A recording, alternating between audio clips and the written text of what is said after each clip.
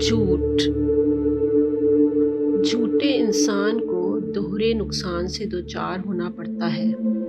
لوگ اس کی باتوں پر یقین نہیں کرتے اور وہ لوگوں پر یقین نہیں کرتا۔ خود فریبی میں مبتلا شخص کو ہر لمحہ جھوٹ کا سہارا لینا پڑتا ہے۔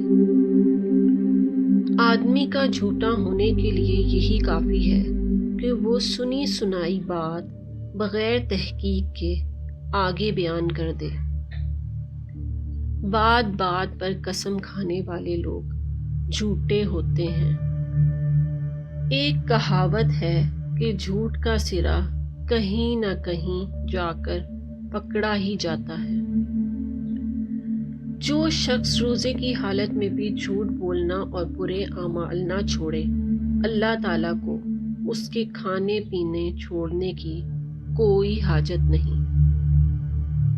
سب سے پاکیزہ کمائی ان تاجروں کی ہے جو لین دین میں جھوٹ نہیں بولتے۔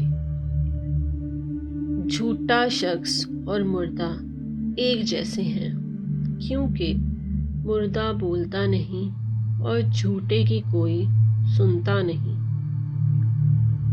جن لوگوں کو جھوٹ کے ذریعے دوسروں کو متاثر کرنے کی عادت پڑ جاتی ہے، بعد میں وہ چاہنے کے باوجود بغیر جھوٹ بولے رہ نہیں سکتے۔